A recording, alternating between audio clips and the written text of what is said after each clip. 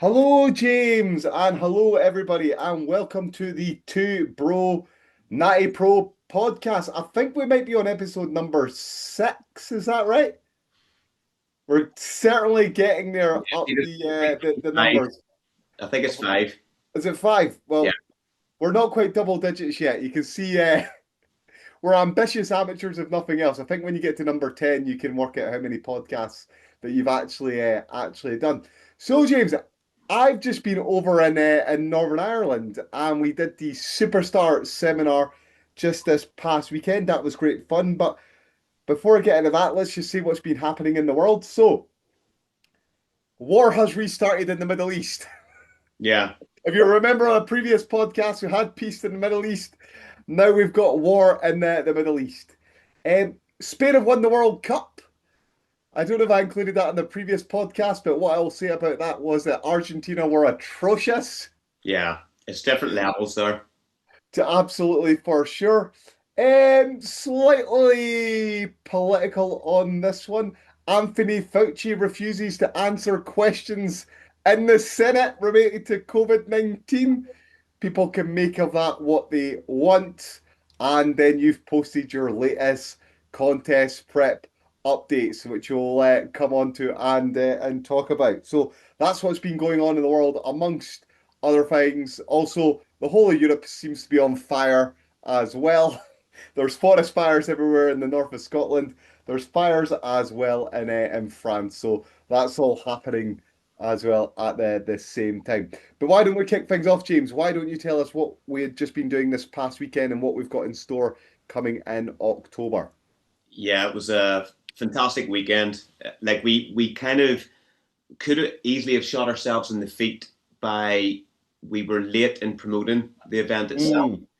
And as I referenced earlier, I put a post up on Instagram saying that we were fortunate enough to have all seats gone. So it was essentially a full house last Saturday. We had some really great topics. That was the third installment of the four that we had planned for this year. Just to recap on the previous one, so it all kind of makes sense in the bigger picture, was the first one was living in the middle, which was off-season mindset. How do you navigate that terrain of off-season where we're trying to not gaining too much fat? What are good habits so you can still have good sort of social dynamics and economics? And those were the nutritional topics that Andrew yourself talked about very well. The second one, your content was walking the line, which is where precision through preparation phases is a lot more important. So really adhering to the plan, particularly as you get closer to the show.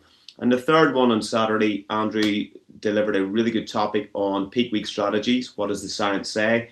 And we also had a little Q&A, where we took questions from the audience floor in relation to peak week, and we talked around that for about 15 to 20 minutes. That was off the cuff, really, really nice. And we are, Yep. hopefully, if Andrew's got the skills, I've got the skills. attaching that onto the end of today's episode of Two Bros Natty Pro.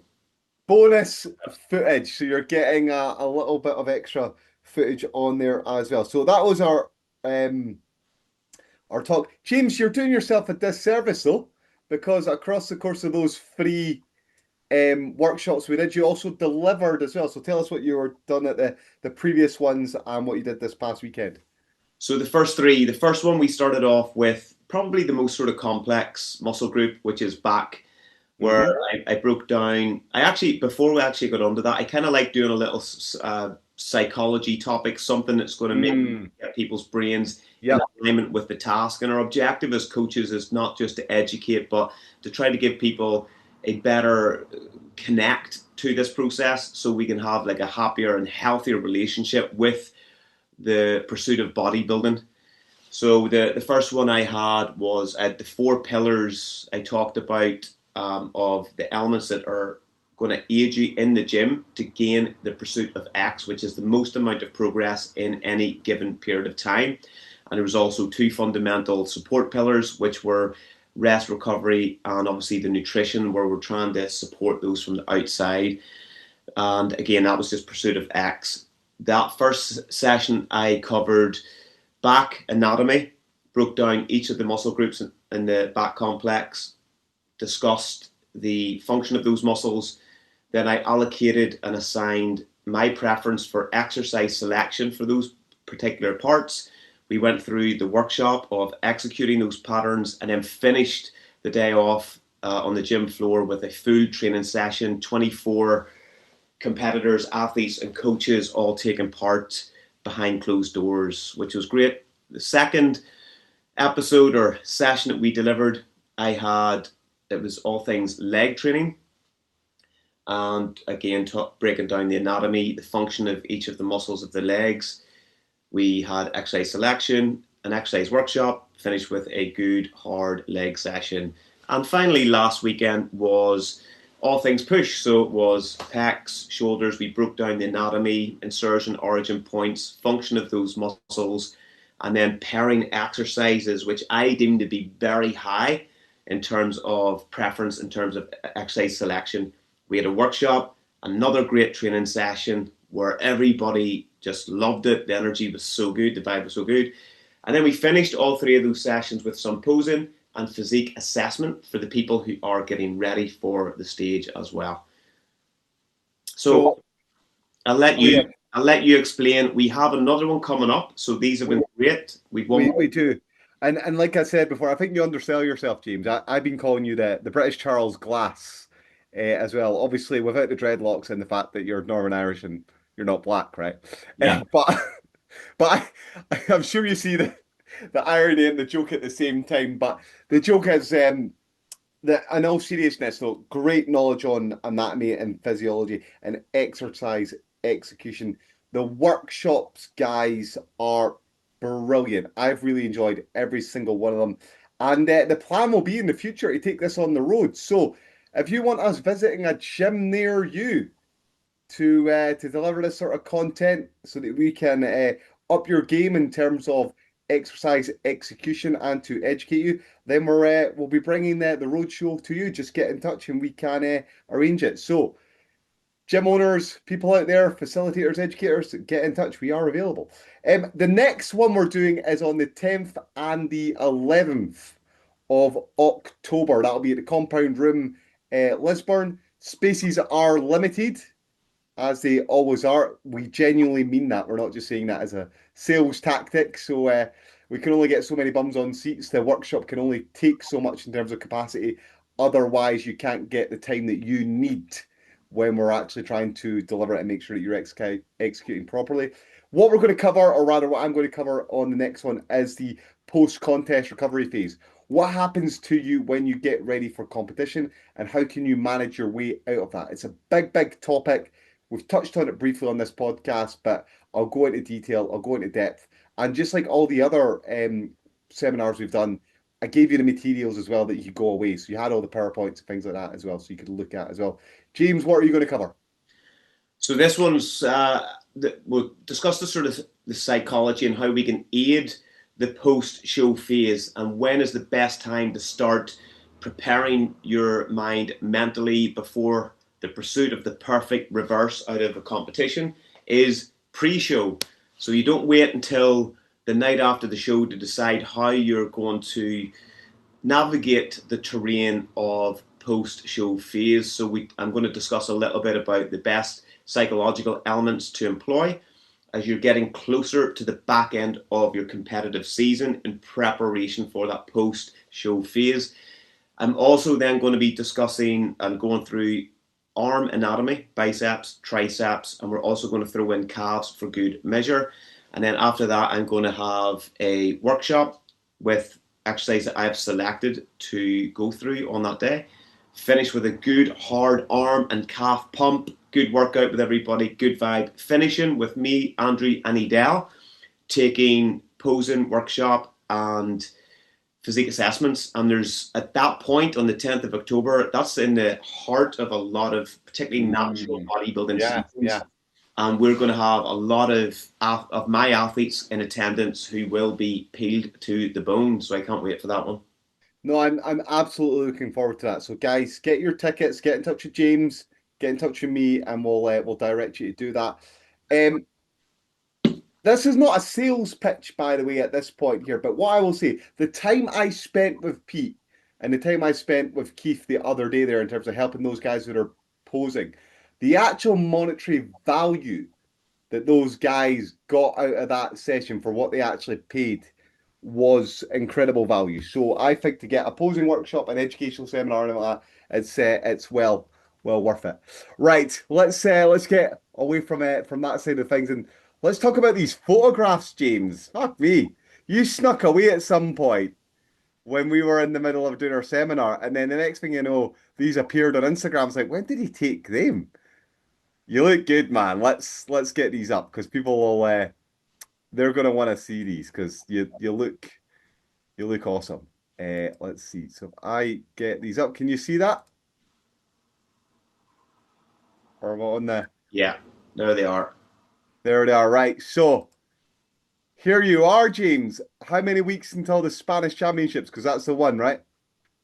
Yeah, like I was considering, I wasn't really supposed to be competing until October 17th for the PCA British, and I wasn't too sure. So I am looking at the WNBF Spain, and to be honest, I joked today that yeah, I'm not 100% ready.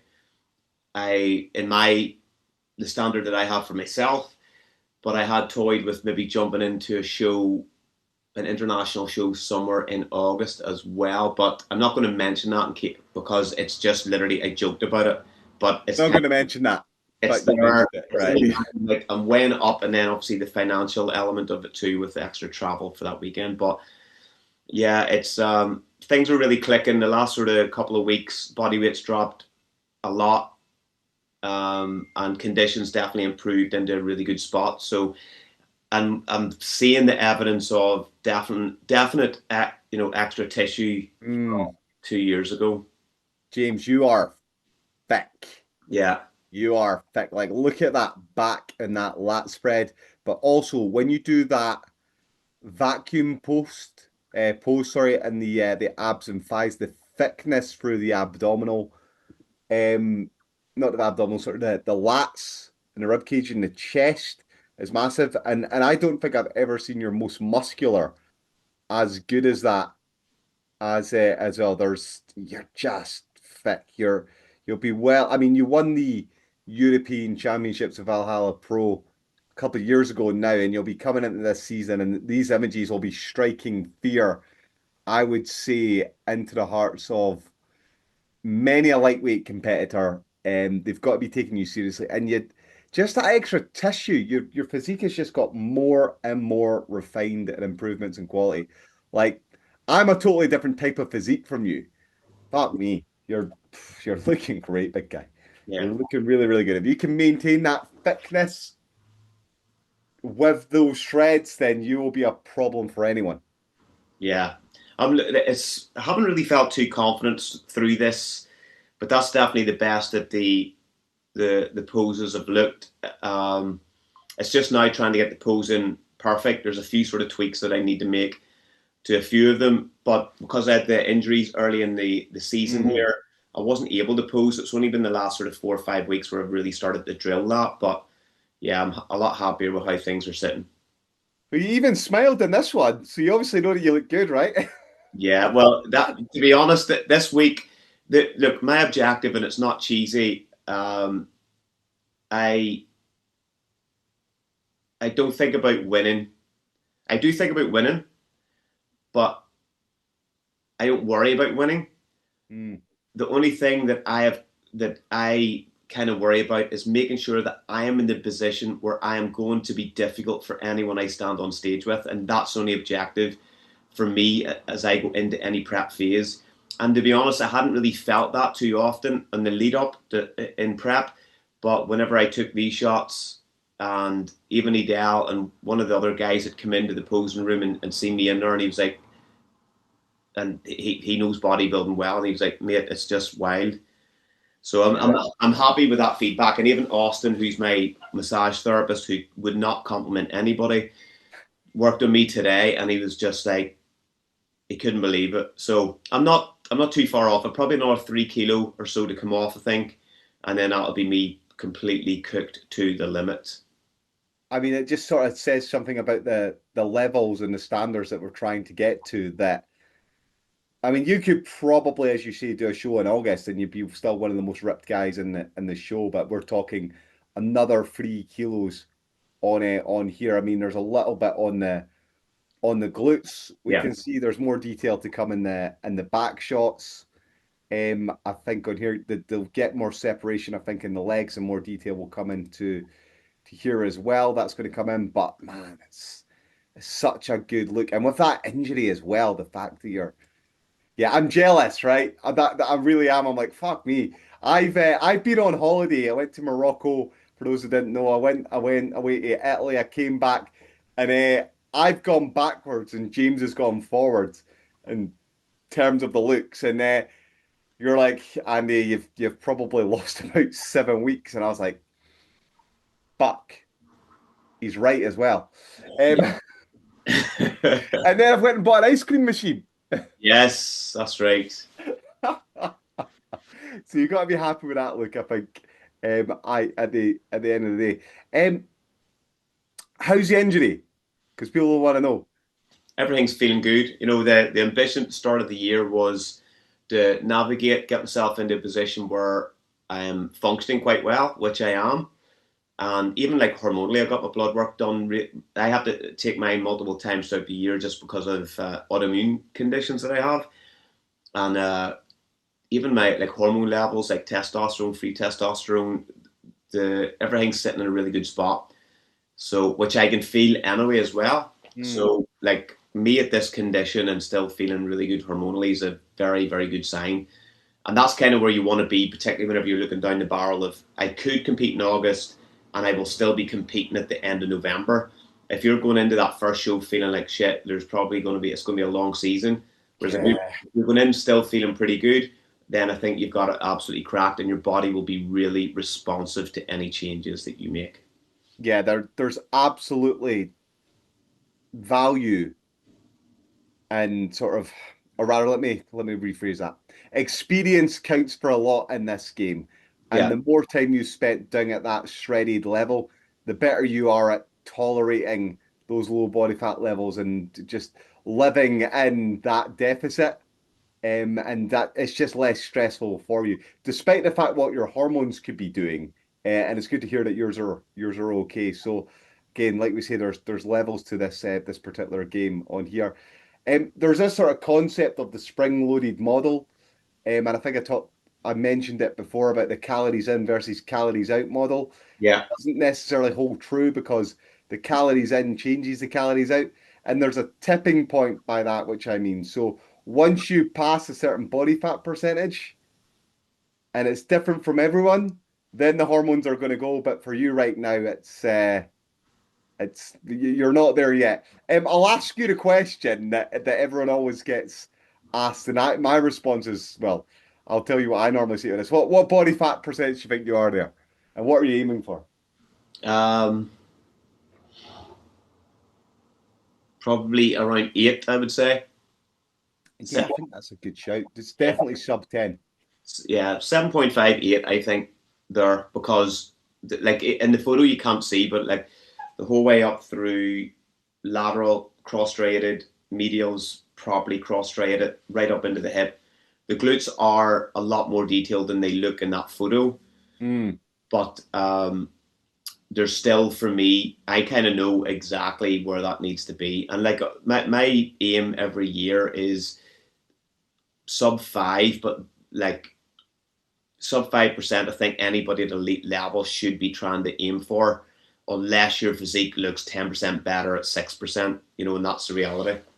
yeah, okay. I mean, I when people normally ask me that question, I'm always like, well, I don't know what it actually is, so I normally don't answer it from there.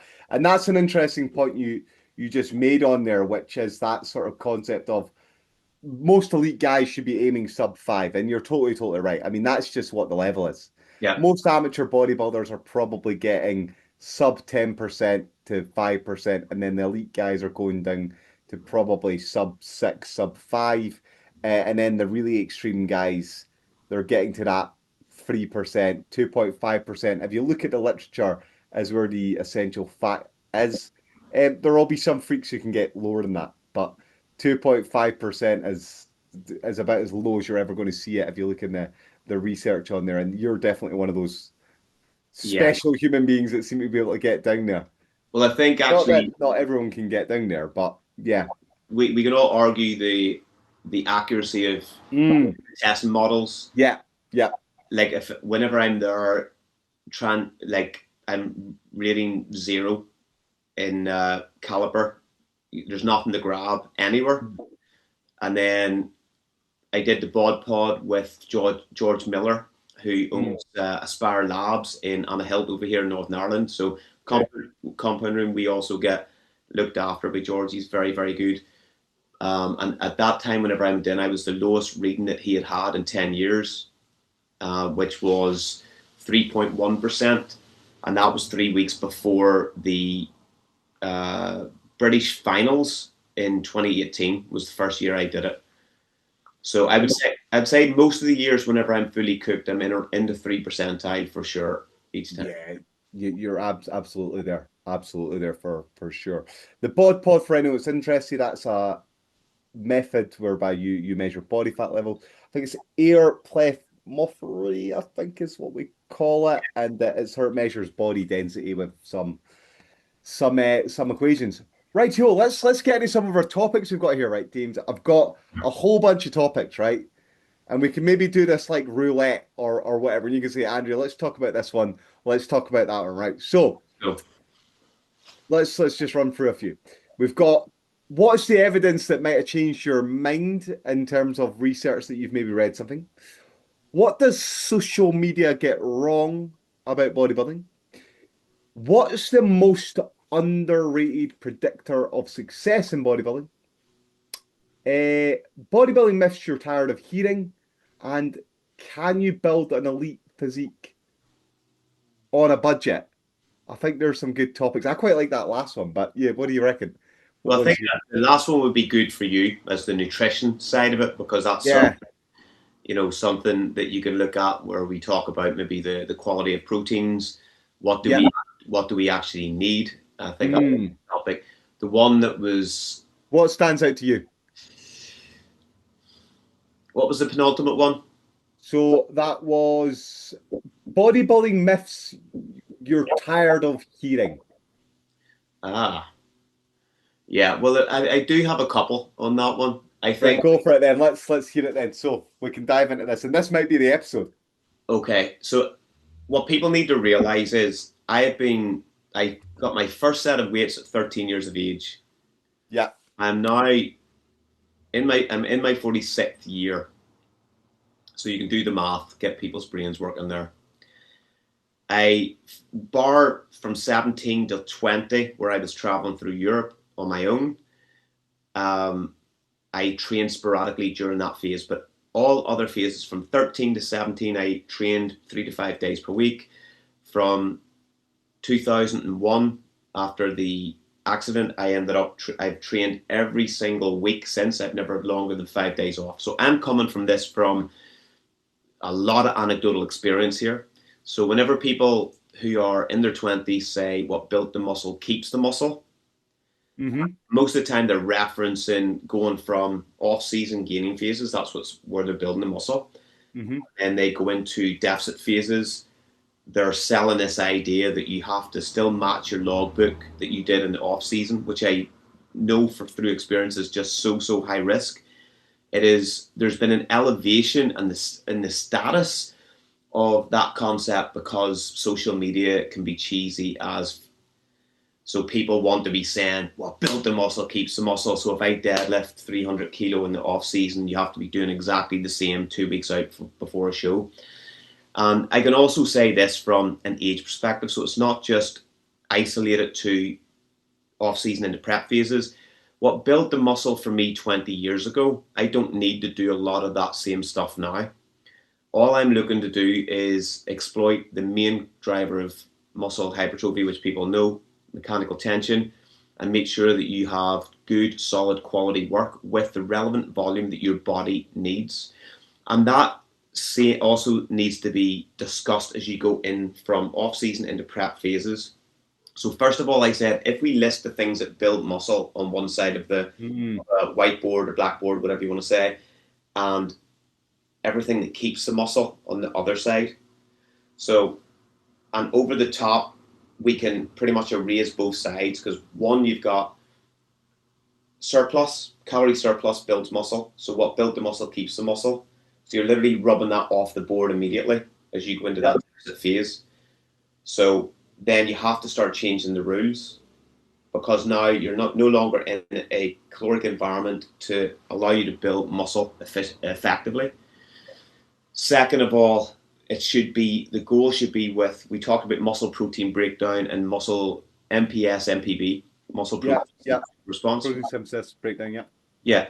So whenever you're in off season, it's very easy to be in a muscle protein synthetic net positive, Yep. Yep. Positive nitrogen balance. Yep. right? Over like in whenever you're going through deficit phases, it's obviously a lot harder because calories are being spared. You're cutting those. So if your Yep. volume was the same and your workout was the same and the amount of muscle protein breakdown that you have is the same, but you have inadequate sources to recover that muscle, then you've got a problem. So the first two rules already is we have changed the calorie environment from off season to prep phases. And now we should potentially look at, right, we're not recovering as effectively. So maybe the amount of working volume needs to be decreased in alignment with the new calorie allowance. And finally, what built it's easier to maintain muscle than it is to build it. For sure. Yeah. So for you, yeah, maybe deadlifts did build really strong spinal erectors, really dense spinal erectors. Maybe that's arguable. The only way that you would know that is if you could reverse time and Yeah. You under don't have. It's an right impossible experiment, right? with your specific genetics. So I deadlifted for 5 years. This is how my back looked in combination Mm. with all my rows and pull downs. The only way that you could do that test is to get a time machine and go back 5 years and start off with the exclusion of those deadlifts to find the actual outcome. Now, what I've seen, you've seen the pictures there of my back. I haven't been able to deadlift for the last 2 years, probably the last 3 years consistently, and my back has massively improved because I've found other exercises that's allowed me to stimulate the spinal erector Mm. as well as keeping the health of the spine that's allowed me to maintain some form of consistency in my training. So I think that's probably one of the biggest things. What built the muscle keeps the muscle. We need to kind of rip that up, or at least needs to be amended so it's a slightly different strategy for retaining as it is for building. Okay, I like that, James. That's really, really good.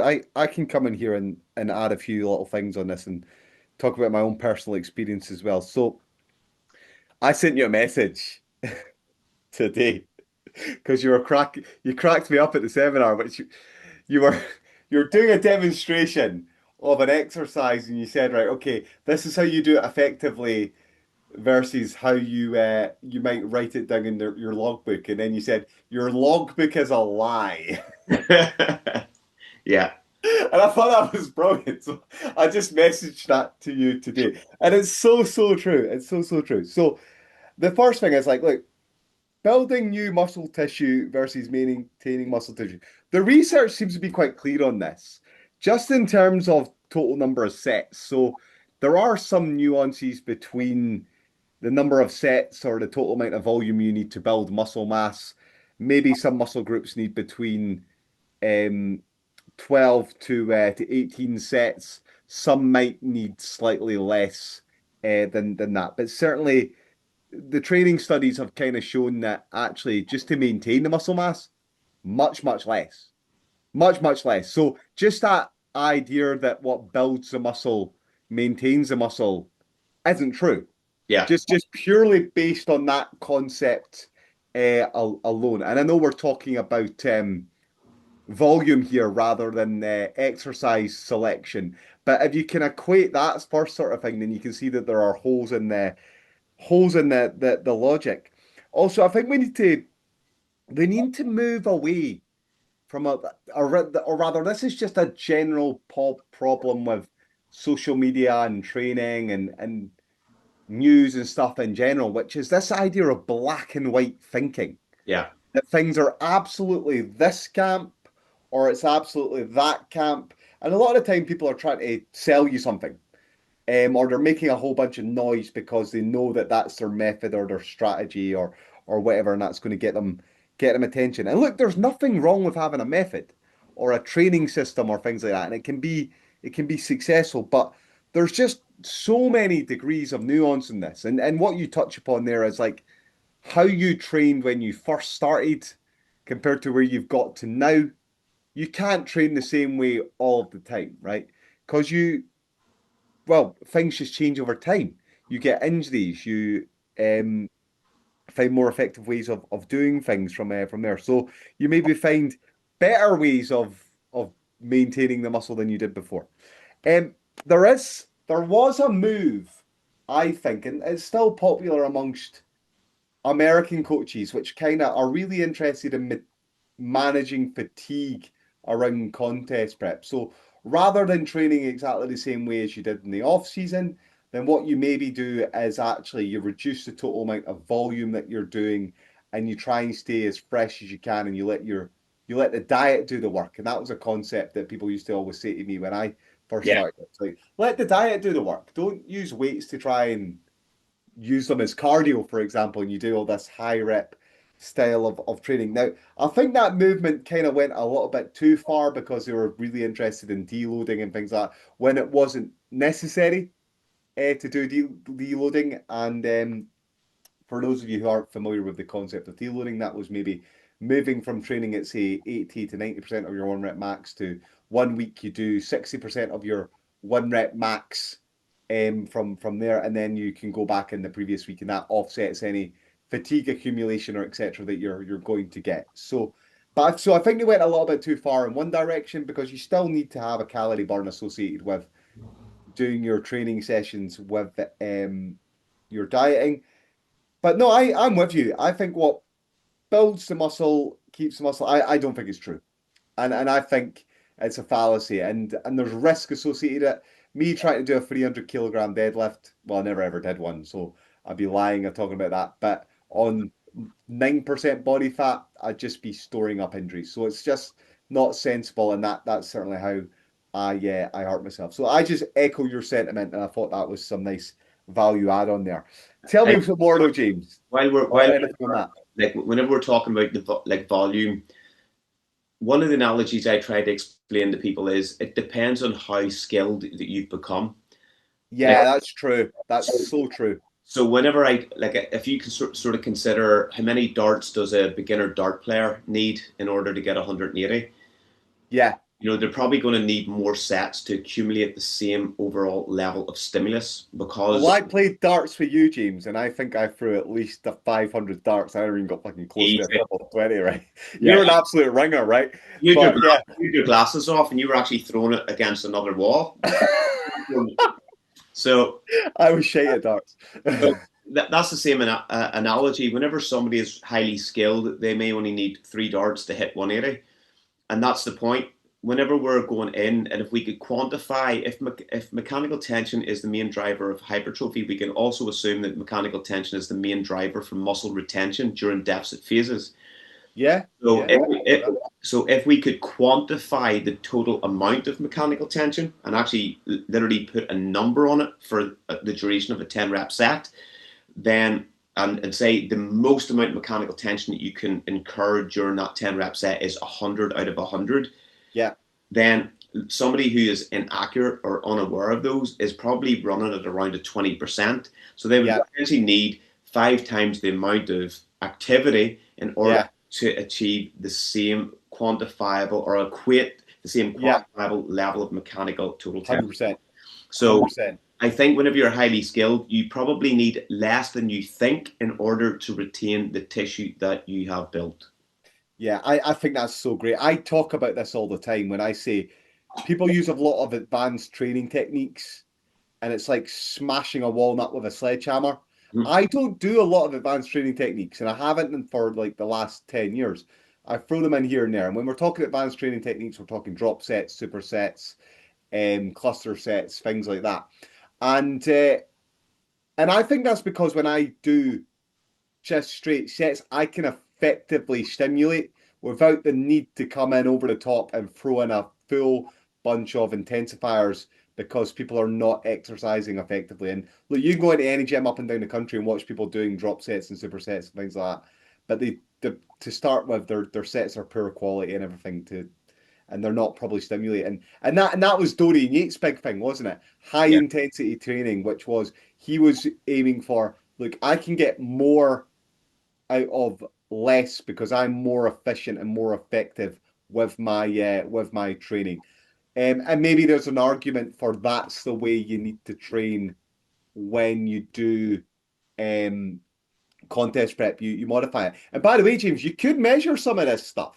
Like I'm envisaging, we could take blood samples from you, we could take muscle biopsies from you, Yeah. we could test you after 3 sets compared to a beginner and do a control trial, and we could say, look, which molecules are upregulated, which ones are downregulated. Let's see what's happening with the EMG. And he is just much more effective and efficient at recruiting and activating and getting the primary molecules that need to be in place to get upregulated than the other person. Of course, the flip side of it is, and this is tricky, is that because your body doesn't want to just keep adding more and more muscle forever, a lot of those molecules are also downregulated quite quickly as well in advanced trainers as well. But that's just an interesting academic side. Tell me some more bodybuilding myths because I'm quite interested to pull this thread because this is good. So Mm. we just talked about there matching your logbook and not needing to necessitate the what builds the muscle keeps the muscle. Right. So what else is on your mind? Okay, for me, it's more of an exercise thing. Right. Okay. So it's not necessarily a myth, but it's more of a fashion. So obviously, you see Okay. people uploading video content to Instagram, and some of the technique, looks really, really good in terms of how the pattern and mechanically it needs to look. But then I see this really bad habit with the breath work, and it's something that I kind of, if you look at powerlifting, for example, we talk about maybe nasal breathing is slightly better for creating intra-abdominal pressure, but also Yeah. allowing the bar to stay static in space. Yeah. What I mean by that is, I call it the Hollywood brace. So somebody walks out, you get tight on the bar, and anybody that's squatted effectively or comes from a strength and conditioning Yeah. background, you'll Yeah. know. You get into the bar, you find the space, you take your feet through, you take your first brace as if you were going to do a squat to get it off the J hooks.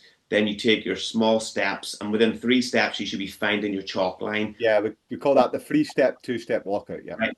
All the while, the bar is just moving nice and stable into that Yeah. space. You don't Mhm. want all of this because it's just going to lead to unnecessary over recruitment. So we want to keep Right. the Yeah. bar Agreed. nice and placid, right? So we find then our chalk lines, and then we're ready to squat. So then this is what I see. So people's maybe done their walkout, and I'm like, that looks pretty good, and then they do this, and they take this big gasp of air, mouth opens, rib cage inflates, shoulders and bar lifts in the space. So you've done all this good stuff to get into position, and then you've undone it with this Hollywood brace. Whereas a good lifter will bring it out, and it'll be, so whenever you nasal breathe, you'll feel your abdomen inflate rather than the rib cage. The bar stays nice and static, and then you're ready to squat. And I've seen the same then whenever people are doing things like hack squats. So at the top of the hack squat, you are very, very strong mechanically, obviously, because the joints, the moment Yeah. on. You're locked out. You're holding it. Yeah. So they're at the top, they go like they're about to submerge underwater. Mm. They're doing this 5, 6 second slow negative until they're at the bottom. Three quarters of the negative is done. So you've spent most of the time where you're strong, and then as you get to the bottom where you're mechanically weaker, you start speeding up and bounce back out again. And you use a band so that you can bounce back out again Yeah, at the bottom those too. people love that reverse band. But for me, I'm like going, right, if you're going to do a 10 rep set, and every rep you're going to breathe and brace here, do a 6, 7 second negative. You've got, if it, in a 10 rep set, a 7 second negative, you're holding your breath for at least 70 seconds of that Yeah. set. Whereas I try to coach it where even with a heavy weight, you should try to find a breath and brace pattern. So on the way down, I might be doing two small micro breaths. And whenever I start getting into the more difficult component of that rep, that's whenever I'm going to breath and brace and drive back out. So now I've only got 2 to 3 seconds max of holding breath. But a lot of these guys are doing it because it's a Hollywood brace. It's like, but I think there's an overloading going. Well, it's clearly overloading. But one of the most important things, I'm good at squatting. Like I've squatted 240. It's a good squat. And I've done reps of 200 and everything like that. But when I squat for bodybuilding, I will do a set of 10 or whatever it is that I'm doing. And I will literally go down, have a slight pause at bottom, come back up, go down, go back up, and then try and be very smooth yeah, like butter because I'm very conscious that when I get to that top of the rep, if I'm pausing to take a breath, it's like doing a bit set of bicep curls where you go here, come all the way down, tension, tension, tension, tension, lose the tension, wait a couple of seconds, and go again, right? It's 100%. inefficient in terms of recruitment Yeah, to build the muscle. But there's certain exercises where we deem it acceptable to do that sort of thing. So you're probably overloading in terms of the total amount of weight that you're using in that pattern. Now, it's goal specific because if you're doing 5 or 6 reps or 2 or 3 reps, that is different because it's strength training, it's powerlifting, etc. And maybe you want that's a rep target you're aiming for, and that changes everything. But if it's bodybuilding and we're doing really slow negatives and things like that, then we're probably looking at really just having micro pauses at the top or certainly 1 second pauses to keep that tension on the muscle all the way throughout. So we're not getting the rest on there. So I thought that was an important thing to add on there. Um, I used to do strongman, right? And I loved strongman. It was great fun. It's fucking amazing, actually. Some of the most fun training you can ever have is doing strongman stuff. There's just something primal about lifting a big log and putting it above your head, right? It's like you're like a big child doing this yeah, sort of stuff, right? I remember doing Atlas stones with my friends, and we were scheduled in to do 3 sets with the 130 Atlas stone. And I think we were on the second set, and it was the third rep I was going for. I'd done the first set of three, second rep of the set of three, and then I went for the third rep. I got it all the way up to here, fainted, passed out.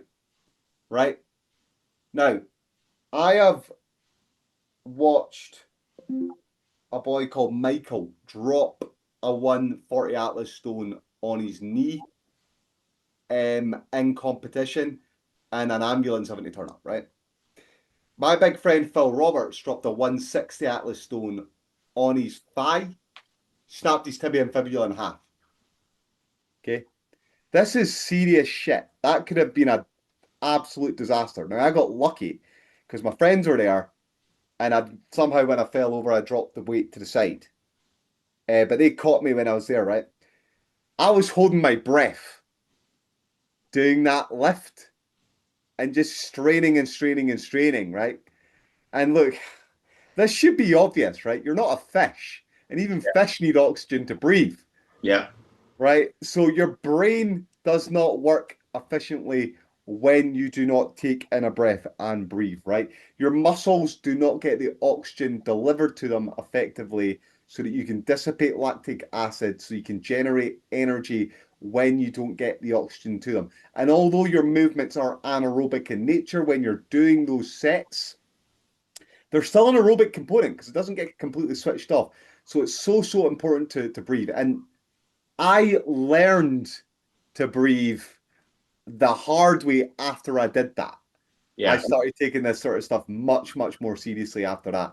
So I don't do as much of that Hollywood breathing on there. Now, just a few other kind of points on this I think are important. If you're at a powerlifting event and you do your lockout and you go, you feel the lift, that's you done. Yeah, Because you started your lift and gone out, right? So that doesn't cut the mustard. So powerlifters don't lift like that. yeah, Actual legitimate ones, because you've already started the lift and then ended the lift and said that's a fail. Yeah. So it's something that comes from the bodybuilding community. So I guess the point I want to come in here now and say is like, how can people train this, James, to get past this point? Is what are your solutions? Is it they just need to lift lighter and more effectively? Because I know a lot of people just do things for the gram and they want the hits. Well, I used one of my clients, David Jackson. You met a few Yeah, times over. David came to me, little bit of lifting experience before, but very unhealthy, a lot of like overweight, etc., etc. I started working with him, started getting him into a really healthy spot. And I says, look, my ambition is to teach you how to lift. My ambition is to give you all the tools that you will need, teach the man to fish, so to speak, right? yeah, So yeah. So we important. he wanted the squat, and he says, "Oh, I used to squat all the time," and blah blah blah. And I says, "Well, show me your squat," and walked it out. And I went, "Right, there's 14 things wrong with that lift, right?"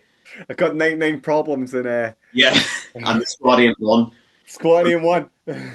So I went, you have 14 problems in your squat, and there's nine of them before you even get to the squat.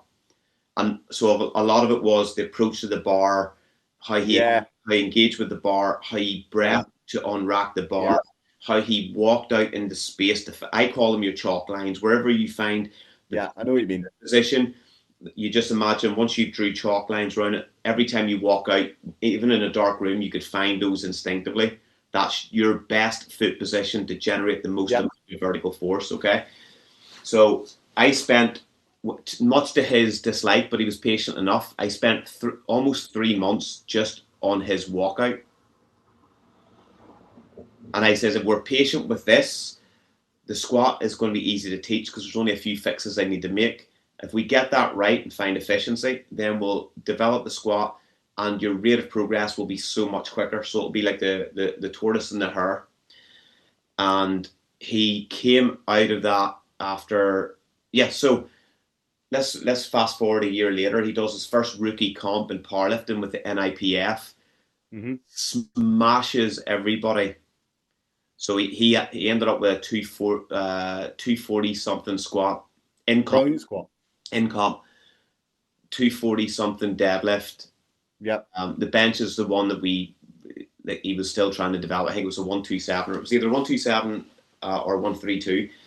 And that's just because we took our time with the lift. So my thing to people is research your walkout.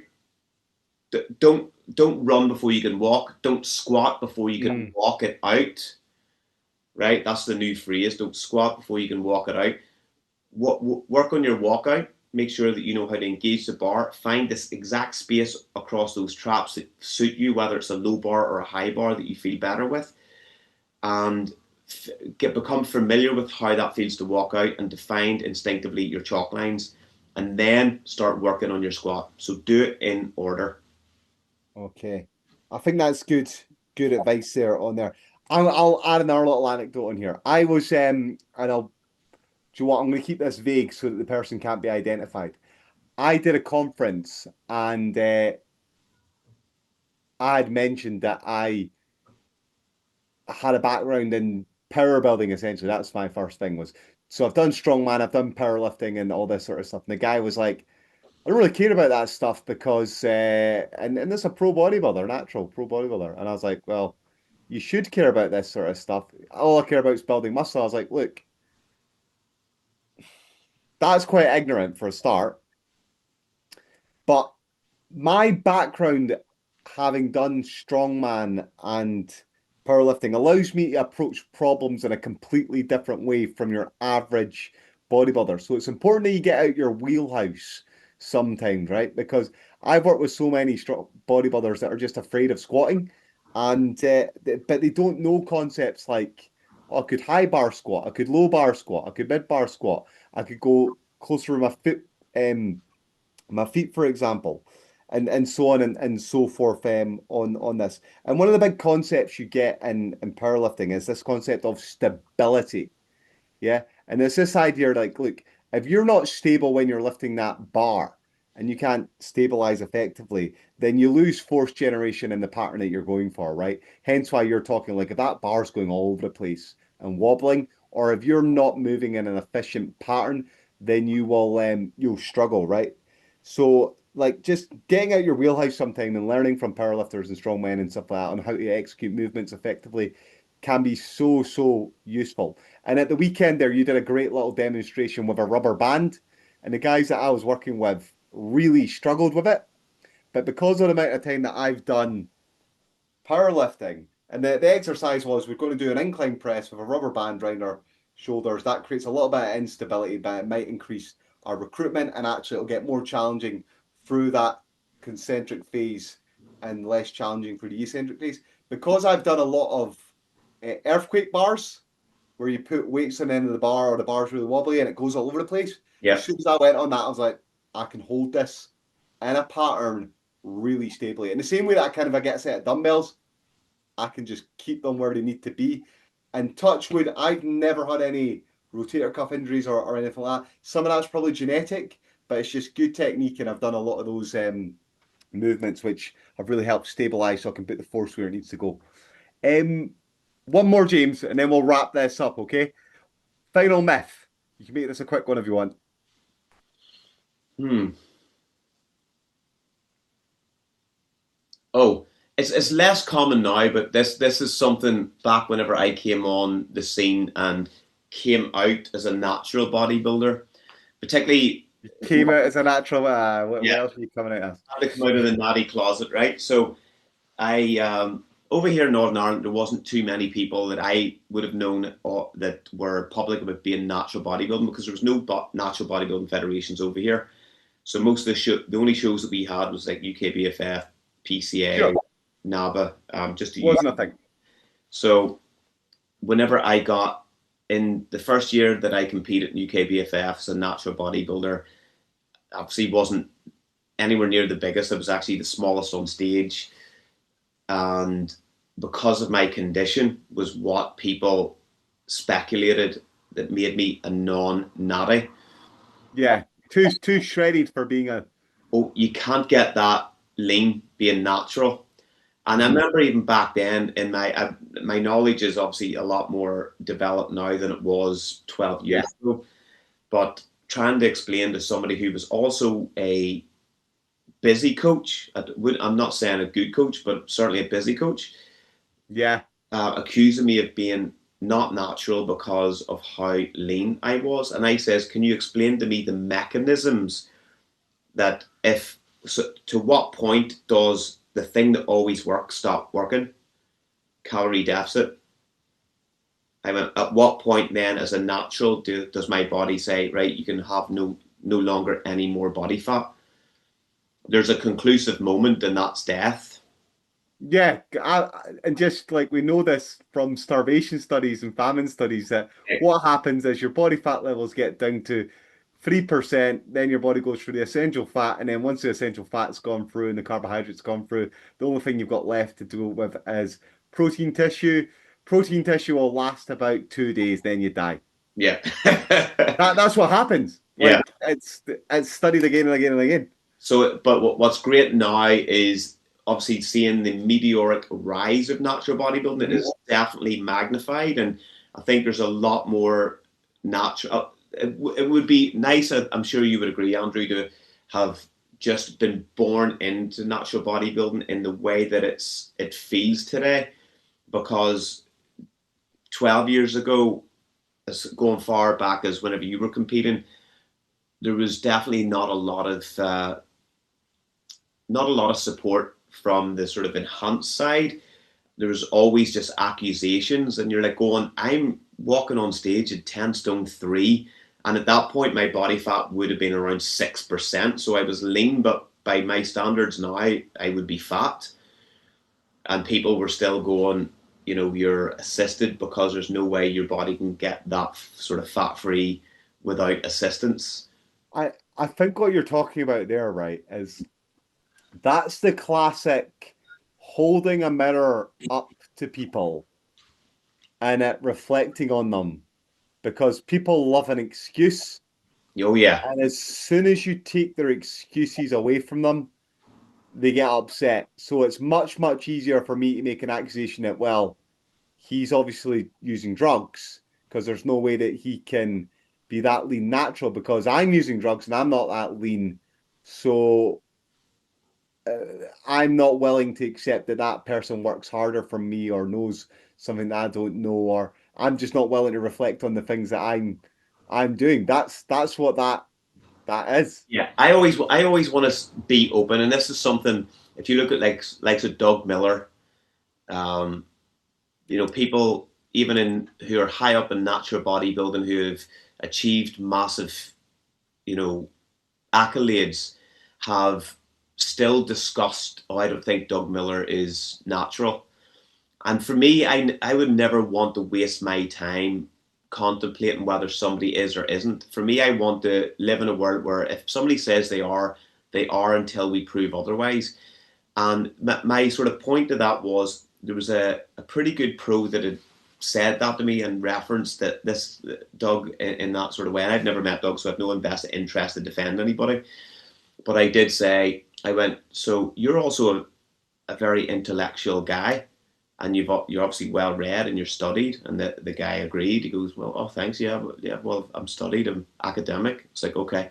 So how many percent between do you think there is between you naturally and the absolute elite intelligence on this planet? If you could quantify it, what do you think the difference is? And he goes, I don't know. And I went, well, probably by if it was IQ standard, you're probably going to see people 25% achieving above your number. So I would say that you are within that percentile of somebody like Doug Miller. So there is genetic anomalies that are just going to have these sort of strengths within that component, whether it's intelligence, whether smart people can be made to look dumb by people who are just superior intellect. It's as simple as that. And I think the same can be said for the physical manifestation of bodybuilding, where even the best natural bodybuilders on this planet, there's probably somebody out there that's never walked on stage that would probably walk in comfortably and within a year and win a world title. I think this is a good discussion point. We could absolutely do a full podcast on this one, and maybe we should from there. There's no doubt that people underappreciate how vertical differences in things like human performance and intellect can be. Yeah, So if your average intellect is 100 IQ points, you can get people who have got 250.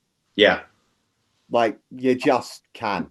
So how And like whenever you walk down the street, yeah, you might, I mean, this is rare actually, but you can walk down the street, or in fact, let me maybe say this slightly different. I know a guy called Sean. Yeah, he's the tallest man I've ever met. He must be about 7 foot. Fuck no, he's like 7'4" or something. I'm like, how many people do you meet like that in a year? How many people do you meet like that in your life? So this guy's just tall as fuck. yeah, Right? yeah, So you're you're just like, okay. And then I showed a great graphic, I think, or at least I thought it was about differences in muscle mass and performance from just a 12-week bicep curl training study. Some people were gaining 200% improvements in bicep strength and 120% improvements in bicep cross-sectional area. Some people are getting 5%. So there's no doubt that there are huge differences in people's ability to accrue muscle mass and things like that. Um, Wrapping this up, you said something about the accusations that maybe they're getting less and less as natural bodybuilding comes into the more and more prominent. But do you think it just that you've got older and you just give less fucks? Because there's that side of it as well. Because when I was younger, I used to be like, "Oh, I'm natural, and this really matters to me," and yada yada yada, and oh, I wear that badge of honor, and not like I'm not any less proud of being a natural bodybuilder, but I think I just care less now, or maybe more people just know me for a long time as being a natural bodybuilder, and they're like, well, it's just a long time to keep this lie up, so maybe it is natural, or yeah. do There's a couple of things there. I think that other natural bodybuilders who are making good year-on-year progress are less likely to point the finger of accusation at anybody because they're on a pursuit. Maybe they're just further down in the timeline ladder. So they're going to take their time to reach that status. I think most of the time in the past, it is the finger being pointed is either being pointed by general people in the street, which Yeah, you'll still get now there's no point in valuing their opinion. They don't know the physiological yeah, elements or the work that you put in. So that's kind of like funny. The accusations that probably were most annoying was from a lot of assisted bodybuilders, but that's become less common because a lot of these assisted bodybuilders who are coaches have at some point taken on natural athletes, so they mm, know their natural athletes are not taking assisted assistance, and they're seeing the amount of progress in yeah, in real time, and they're going, yeah. okay, so naturals can build like this, and there's a lot like whenever I think about, That's a good point. you know what I mean. So whenever I started competing, uh, it was later on. I was 33 years of age was my first show, and now you're seeing kids walking on stage 17, 18 with 2, 3 years training experience already under their belt. Not only that, training better than because of Oh, knowledge than I trained way at better. 13, 14. And bear in mind at 13, 14 years of age, I was probably 4'10". I'm 4'11" and a half now. 4'10", and I had like full six pack and wee packs, a good shape by the standard of that day. But now that's like most of the wee young kids that train in my gym are far at the same age, far Yeah. superior to that. They've just got so much better access to equipment and Yeah, knowledge and everything like that. And it just is accelerating their ability to reach that, what you might call the first or second plateau much, much earlier than we ever did. yeah. Um, you just had a point there. Yeah, go for it. You I've just had got a a, bit of a light bulb a went nice on. thing that we can probably just finish off for both of us here. A thing that came into my head the other day, 'cause somebody was asking me, like, what's the good things about social media? And because a lot of times we focus on the negatives, Mm. and the the good thing about social media is it has removed the small town principle. So Oh, that's true. Yeah, I like that. so but your success is generally before social media or before accessing Tom over in Indiana, and seeing how much progress he's made and him deadlifting 225 kilo for Yeah, yeah, yeah.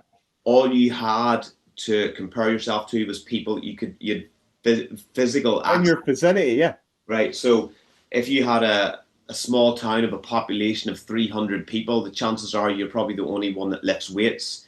So Yeah. that person then fulfilling an Olympic dream at running track or being Mr. Olympia as a bodybuilder was probably not very likely because you didn't have that influence, and you were probably the like in that scenario the big fish in a small pond. So Which is where you never want to be. you Like, never want to be because your rate of progress will not be as good. Whereas now, the good thing with social media is even if you were in a town or an isolated area of zero and you had access to enough equipment, we have this sort of influence and the ability to compare and go, wow, this is what this guy's doing. Whether you're 55 years of age or 15, you can find yeah, a 55-year-old or a 15-year-old that's doing these things at a high level and go, wow, okay, I need to up my game. So I think that yeah. social media has taken away the small town excuse, which is Yeah, I like that. I like that. And it's a similar point, but slightly different. It's that there's nothing worse than a local hero. yeah, Someone that never gets out of that pond and is that big fish because they never improve. So yeah, that I mean the classic FDR's wife's quote is that comparison is the thief of joy. But you do need some things to motivate you and compare to sort of get yourself on a level to move beyond where you are because ego can kill you, right? If you just never if you think you're the bee's knees, then you'll come up short when you actually get exposed to competition. I think comparison is the thief of joy is only in bodybuilding terms is only applicable in a prep phase to the greatest degree. And the reason being is there's very little that you can do about your physique at that point other than getting leaner. Well, do you The know Oh, go on, sorry, James. So like if you're in the off season, I think comparison is generally the target for you to reach the next rung on the ladder because you're in this productive phase. So if you get this sort of it's not imposter syndrome, I think, until you're like walking on stage. If you still feel negative about yourself whenever you're literally walking into battle with whatever you have and you feel it's not good enough, then comparison in that moment is a thief of joy. You will not enjoy that experience.